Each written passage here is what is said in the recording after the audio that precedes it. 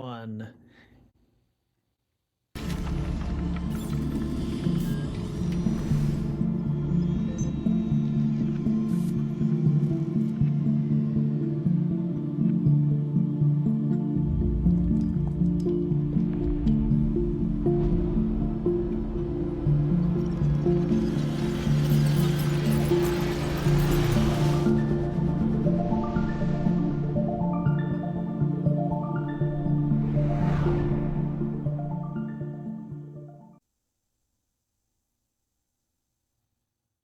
That's the kind of production we bring to the table, gentlemen. First class. Awesome. Sweet. Thank Sweet. you to our sponsor, Riverside, and also Logisolve Consulting, I4 Marketplace. Appreciate those sponsors making this and all the episodes possible. How are you, gentlemen, this afternoon? Doing Good. great. Good to see you both. Yeah, 12:04. I had to double check that it was afternoon. It is. We're in Minnesota, so any day after November 1st, we're not shoveling anything. It's a good thing. Yeah, it's It's a light win. out. I feel good because it's light out. So, want to talk to both of you about the Minnesota State Government Symposium that we have coming up. When exactly is that? The 3-day event is December 12th through the 14th. Coming up, but early enough ahead of all our holidays. Hopefully, everybody will be able to get that on the calendar and take a little time out of the home office or the main office and get down to the St. Paul Riverview Center, right in the heart of St. Paul there. And then we're on the our event, our participation presentation that we're excited to talk about today is on the Thursday, the 14th, between 11 in the morning and right before lunch, 12 o'clock. So we'll keep it interesting. So everybody has plenty to talk about when we all get together to chat over lunch after.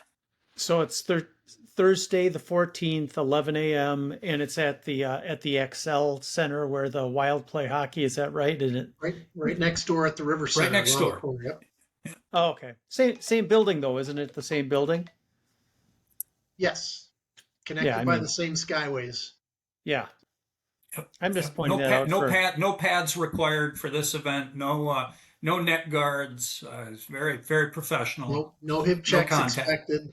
I'm No. probably the only person who needs that extra. Uh, you know, I'm a small town guy, so for me, it's one big building. So when I'm going there, I just call it all the XL Center. But of course, I know they call the back end the Riverside, and they act like it's a separate building. But it's really one large complex. So we can argue about what it is at some later point. So, what is the presentation? Who are both of you giving it, or is it one of you guys giving it, or what? Tell me about it. We have a panel of experts from Logisolve. Stephen has taken point on putting a lot of this together, but myself, Jeremy Mann, and I think Ben is going to be involved in the presentation as well. It's Our true. newest capability leader in the data space.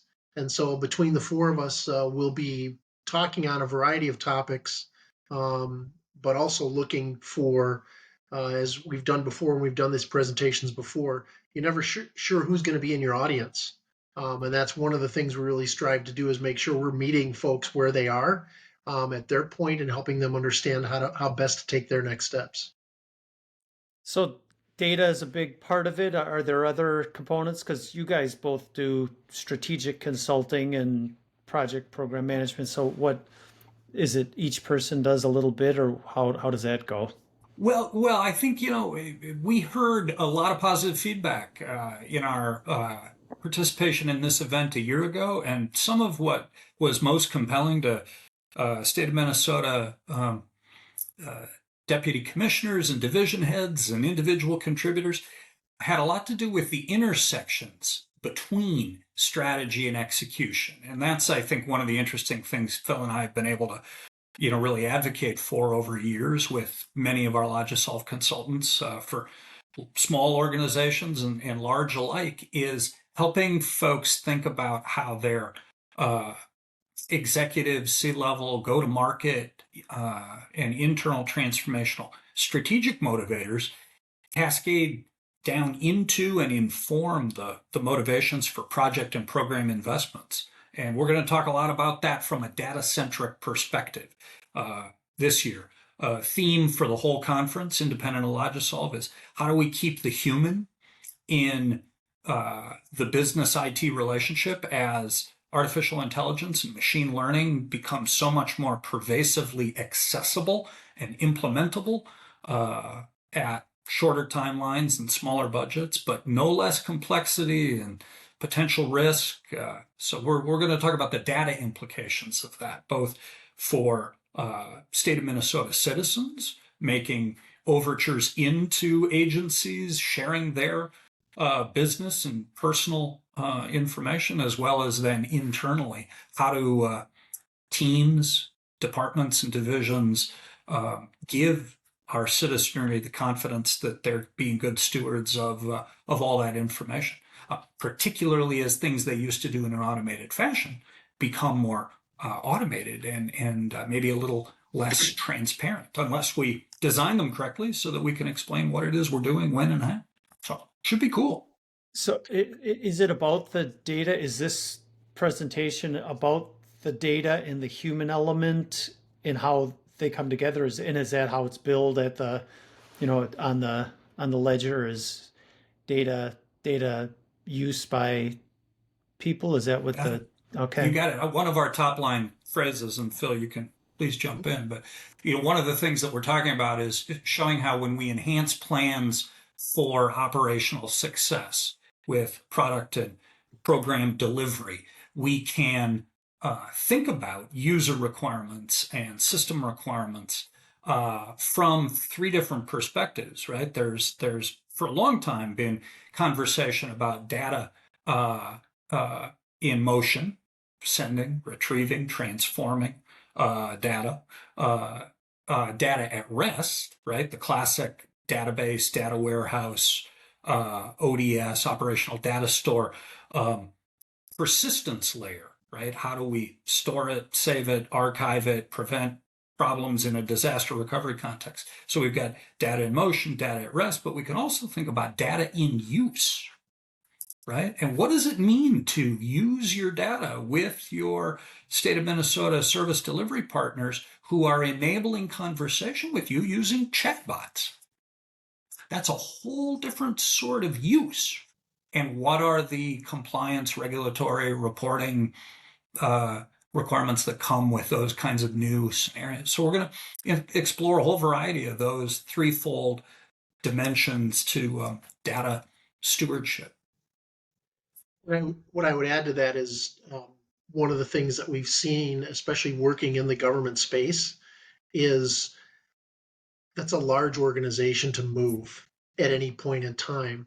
And so they have to, because they serve their constituencies in a variety of forms. They have to think holistically about what this is going to mean, because they're the recipients of funds that are passed through legislation. That legislation comes with expectations, and part of this, as we start looking at what this could mean, is they are already behind in a lot of ways of how to deal with this. The other part is the folks that they're going to be working with now are working not just with governments, but other areas that are going to be ahead of the capabilities that we're talking in this space.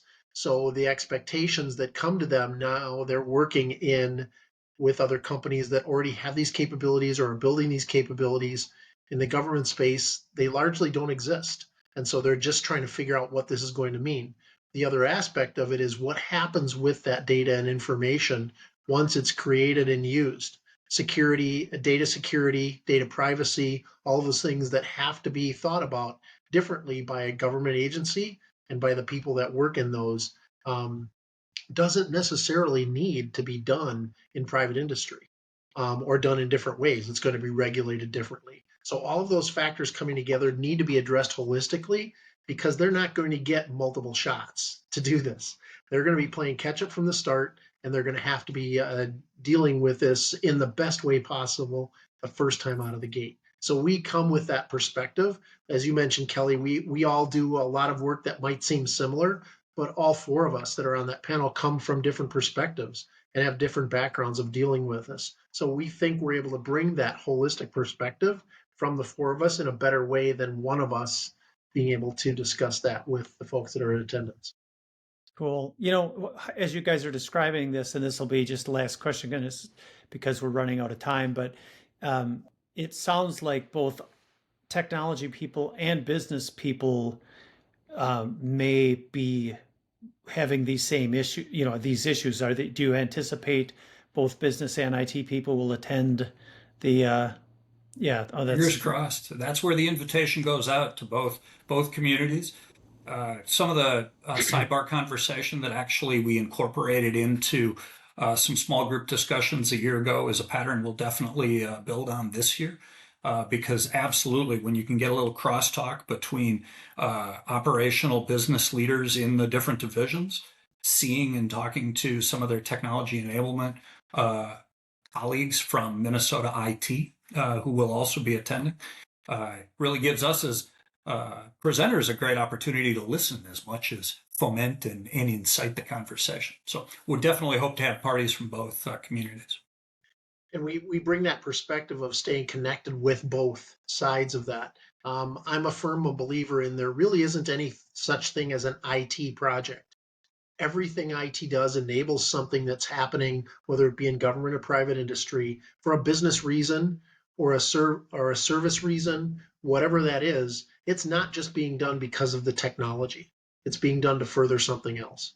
And so we really need to understand. So we bring the perspective of having heard from legislators and from chambers of commerce that connect with these of trying to affect the policy and what it could look like, as well as dealing with the agency directors that are generating those policies. Now someone has to enable that. And so the technological aspect of getting that understanding of the potential impact and the things that you really need to understand to do that brings it into a much fuller perspective. Phil Almeroth, Stephen Clark, thank you so much, gentlemen, for your time today. For everyone else out there, you are listening to the Kelly Wendland Vodcast. Thanks, guys. Thanks, Kelly. Thanks, Kelly. See you, Phil. 8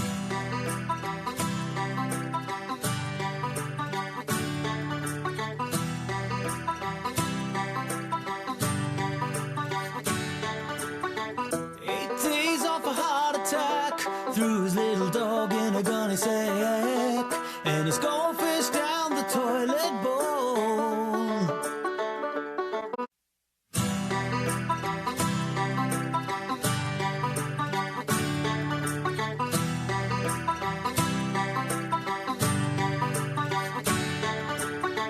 8 days off a heart attack, threw his little dog in a gunny sack, and his goldfish down the toilet bowl. Put the topper on his old Ford truck, he'd make California with some luck, and leave the godforsaken snow. Singing old John Denver songs, with his little dog barking along. Flying like an eagle down the open road, said goodbye to everything he ever knowed. Just his little dog and fishing pole. Glad to hear there's more to eat in India, but happy to be living in America. 60 single and strong, and out there on the open road.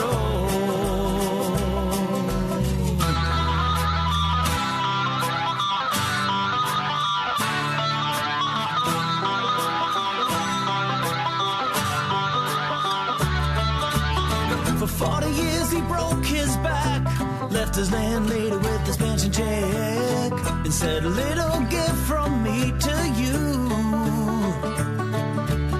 Now he will bitch about the government and how tax money's spent, but still he bleeds red, white, and blue.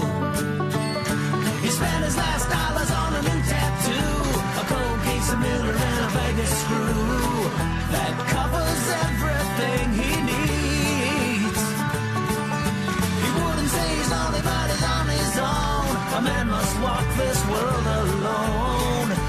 60 single and stoned. He went flying like an eagle down the open road, said goodbye to everything he ever knowed, just his little dog and fishing pole. Glad to hear this mother eating India, but happy to be living in America. 60 single and stoned, and out there on the open road, just trying to make his way home,